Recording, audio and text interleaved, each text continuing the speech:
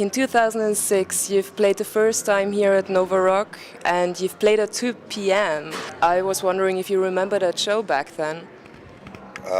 Yeah, 2 p.m. at Novarock.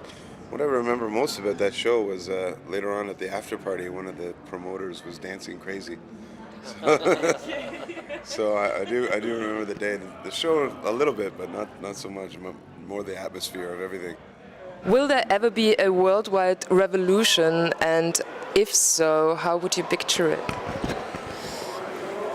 Well, if there's one, I think it's going to happen this year because of the whole 2012 thing and everything with all the Occupy stuff last year.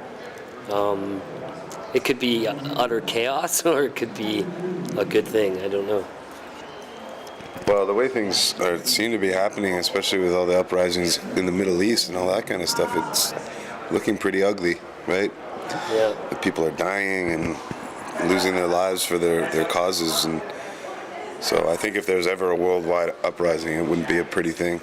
There hasn't been any lineup changes for like almost 20 years, and what's the secret behind that?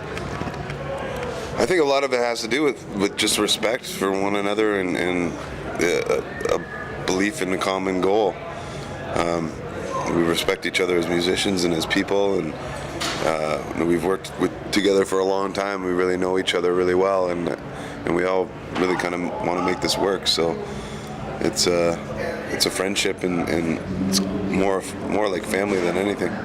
Usually rock bands have to deal with alcoholism and other drug-related diseases, and you guys got confronted with MS. Yeah, like when Aaron was diagnosed with MS, that's something that you can't even help, and it's far beyond like alcohol use and drug use when you're playing in a band.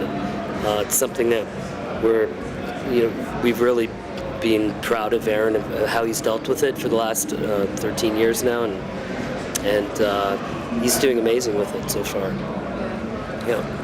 Yeah, one thing, he just wants us to treat him normally, so we kind of pretend that it's just not there, and you know, if he has times where he's feeling weak or his symptoms are kicking in, then he lets us know, and then we try to act accordingly.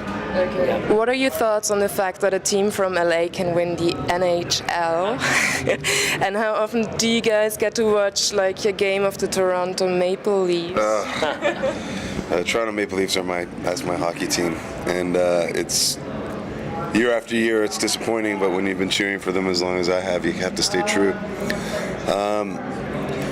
But every year there's only 7 Canadian hockey teams in the NHL, so most years it's an American team winning the cup, and LA is filled with Canadian players. It's probably more than half of the team is Canadian players. Yeah. Let's picture there's a worldwide energy crisis. There's no energy for an electric rock guitar or a bass. What would you do?